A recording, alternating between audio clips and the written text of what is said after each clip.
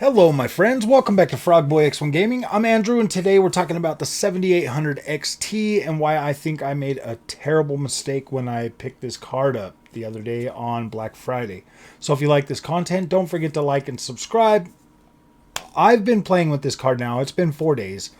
I've had the opportunity to play multiple games that I already have, and I really do think that I made a terrible mistake by buying this card because I like it a lot, and it is very well optimized at 1440p with this 5900X. Truly giving me an experience that I'm like, wow, this is actually really good at 1440p.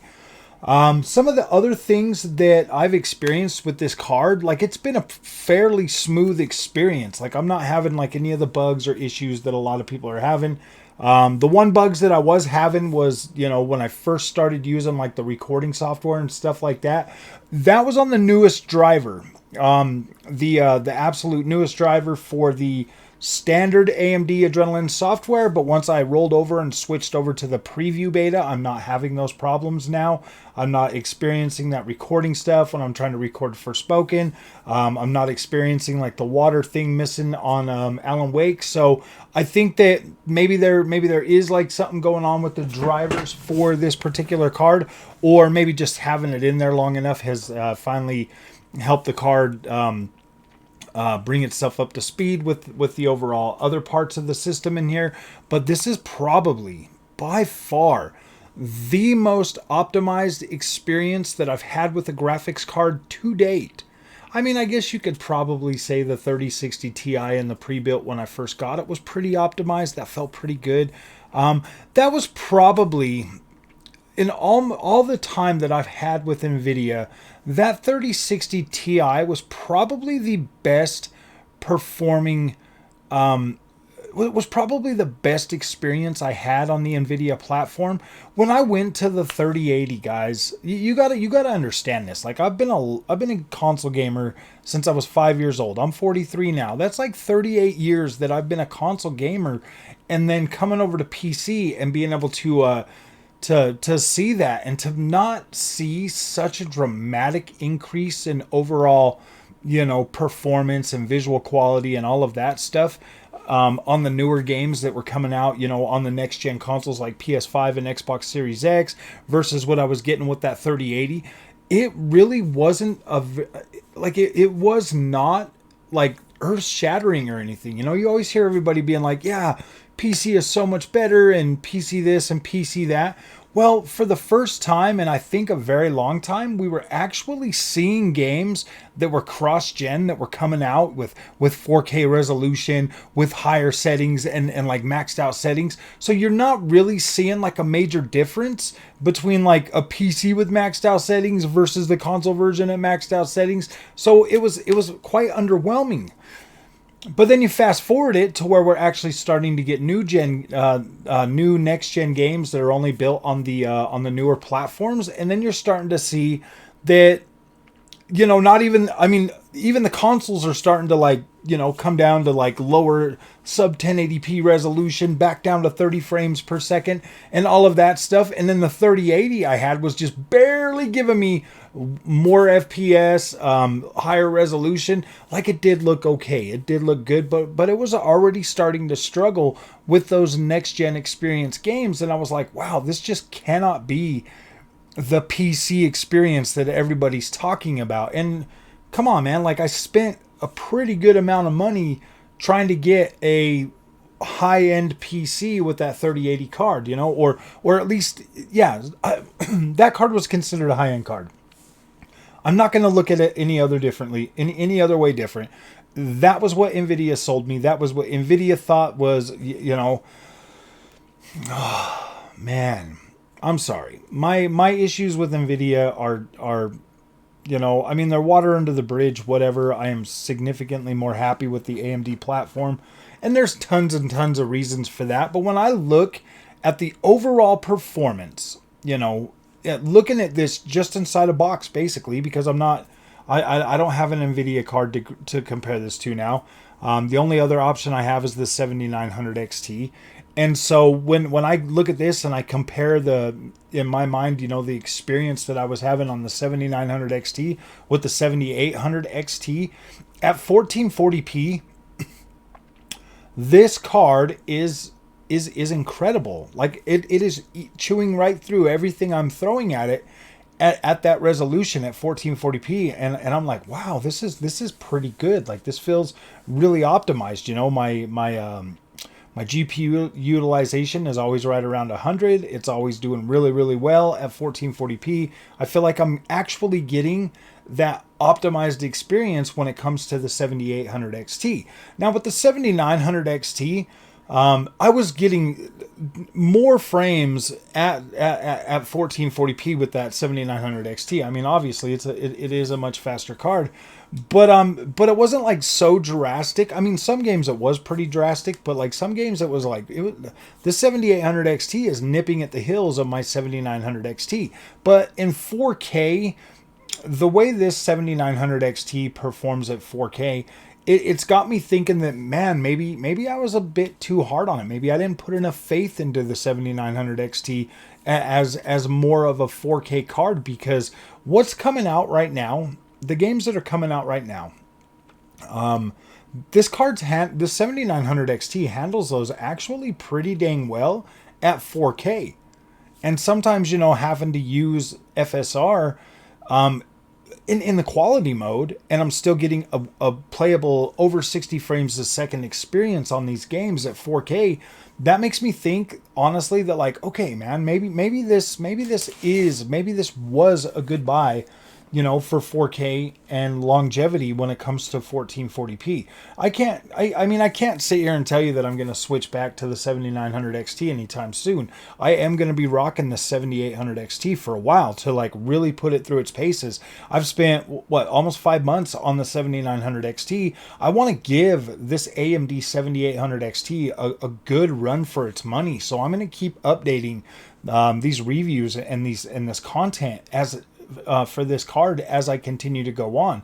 I do think at this point right now, and this is without trying any of the new NVIDIA GPUs, I might, if I can start bringing in more income from this YouTube channel, if I can get to a point where the channel can actually afford this stuff, and as opposed to me, having to buy it out of pocket and bring it to the channel, I would consider picking up, if I buy another NVIDIA card, I'm going to buy a 4080. I'm not going to waste my time with any of the stuff underneath that. I'll just buy a 4080 for the new test system that I get when I start to build out that AM5 platform. I think I might pick the 4080 up sooner than that. I might, because I do want to be fair. Like, I want to be fair. I want to be balanced. I want to be able to look at what NVIDIA has. I'm not going to buy a 4090. I don't care about, maxing that out. I'm going to buy, if I buy one, I'm going to buy the 4080. It'll probably be a little bit later next year. Probably around, I don't know, maybe February, maybe around my tax time. Maybe I'll just use my taxes to pick one up. But I really would like to be able to turn this channel into something that will make money, but I want to be here to make content for the average gamers, not the little weirdos that are, I want to make video content for the average gamer, man, for people like me that like to play video games, that don't necessarily care a whole lot about like that don't necessarily care a whole lot about like the tech side of it, like the power and all of that. Because I want to give you fair, balanced information, and I want this channel to be able to grow, and I want people to be able to trust the information that I give you. And yes, man, I can 100% say that I felt pretty, not necessarily burned with NVIDIA, but I do kind of feel like, wow, man, like seriously, you're not going to give us any of the new features.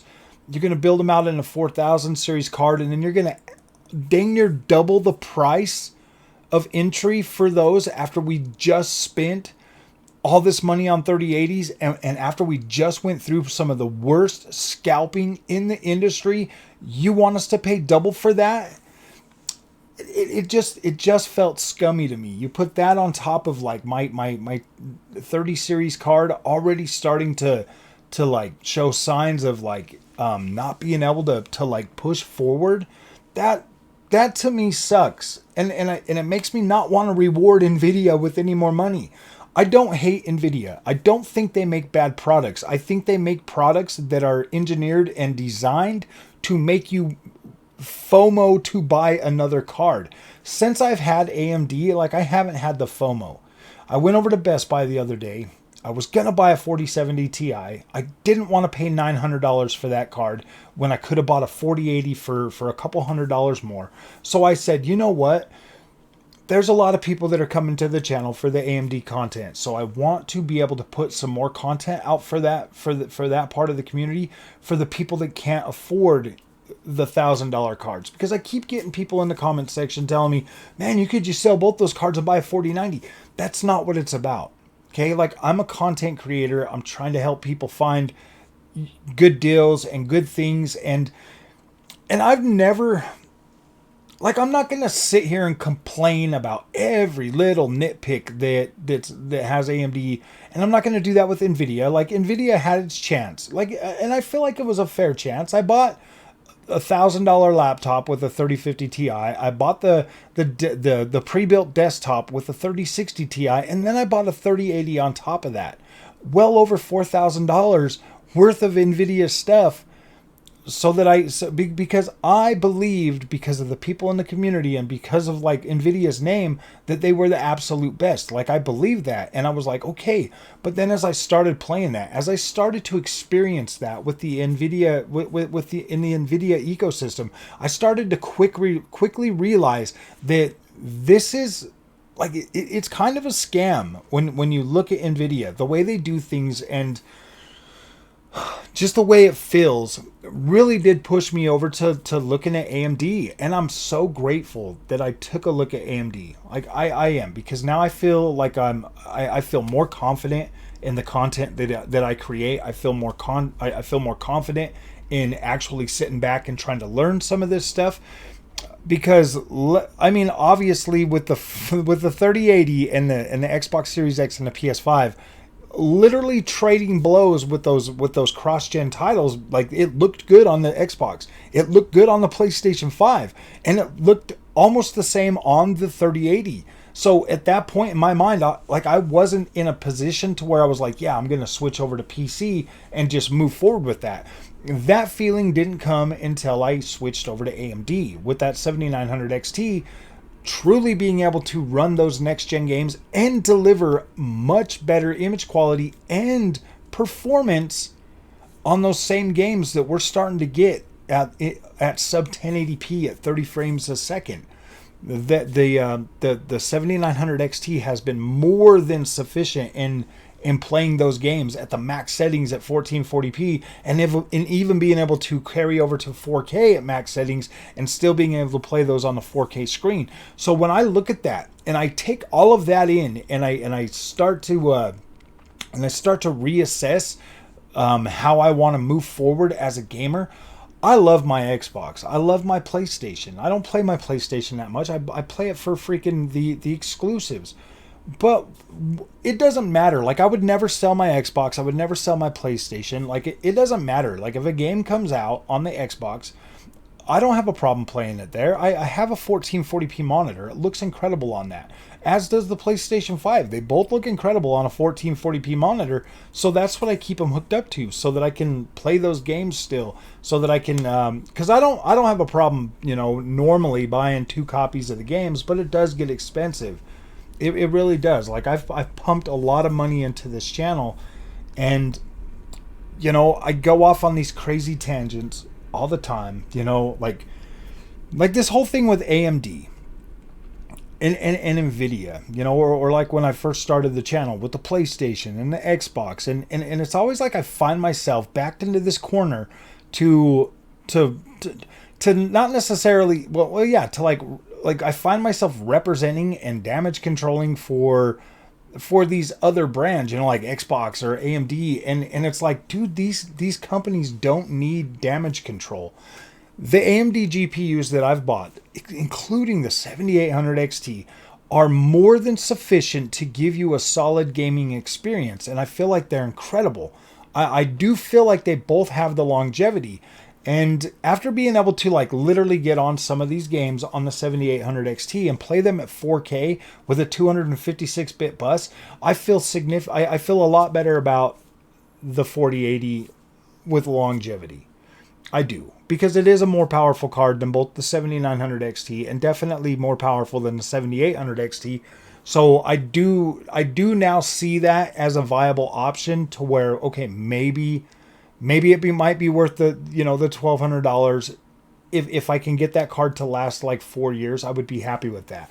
But that will be the last graphics card that I buy for a little while. I'll be switching, between the AMD and the NVIDIA, at some point, making content for those. But the only reason I'm not going to buy a 4070 Ti is because of the lack of VRAM. Like, I'm not going to buy a 12 gigabyte VRAM card. I'm not going to do that. Like, I will buy the 16 gigabytes. I might actually, I don't know, man. To me, it just kind of actually sounds like a waste of money to even go out there and buy a 4080. And also, go out and try to buy like a 7900 XTX. But at this point, man, like, what do I do? Where do I go? I've got people complaining all the time that I'm not being fair to NVIDIA. And I feel like I've been more than fair to them. I do feel like NVIDIA is definitely an overhyped product that has plenty of support out there, plenty of content creators, just like PlayStation out there, bad mouthing AMD and giving people false hope for the NVIDIA platform when they know damn well that anything under the top of the line, couple top of the line NVIDIA graphics cards are 100% engineered to need to be upgraded as soon as possible. As soon as the new product stack comes out from NVIDIA, those cards are going to need to be upgraded. And I feel like it's disingenuous to have these people always out there, trying to be like, oh yeah, NVIDIA's bad for like gouging people with the prices, but then they proceed to cover this stuff as if it's like, I don't know. It is marketing. Obviously, some of it is 100%. Like, I'm not going to say that they're paid to do it, but I know they're paid to do it. Like, you know what I mean? Like, I know some of these guys are taking like money to be able to cover this stuff, or maybe it's like I don't know. I don't really care. Like, I'll probably never get sponsorships on this channel, so it doesn't matter. I would like to, but at the same time, I don't know. I just think there's so much negativity towards AMD, and I don't think it's worth it this generation, because I do think that the overall best value bang for your buck, this generation is going to be your 7800 XT. This card is very good. It does everything that I didn't really have low expectations for this card when I came into it. I expected, just like with the 3080 when I bought it, I expected a solid 1440p experience. Like, I expected that, and it has delivered that. And I've went back across all my older games. The next game that we'll be testing out on this is going to be the Avatar from Ubisoft. We're going to test that out on this card and see if it's going to give us a solid 1440p experience and just what kind of an experience of 4K we can get with this card. But overall, the stability of this card has been pretty good. Has been really good, actually. I've had some stuff, like the art game crashing, when I switch like the resolutions and stuff like that. When I'm recording, of course, it doesn't do that when I'm not recording, so I don't get what the freak is going on there. But when I first put it in, I had like Forspoken, doing like a frame rate kind of issue or whatever, like slowing down and doing some jutter. Only when I was recording the video, when I turn all that off and I'm just playing the game, it's running just fine. So that was, there was something going on there. But other than those, few little issues, I haven't had any problems. I don't have any screen flickering. I don't have any like crashes to desk. It's not crashing on me. It boots up every time. I'm able to run all three screens at the same time with it without any problems. What else were people talking? I mean, my hotspot and all of that seems really nice. It's within like 10, 15 degrees of each other. The The power consumption is definitely lower on this card, so that's definitely a plus.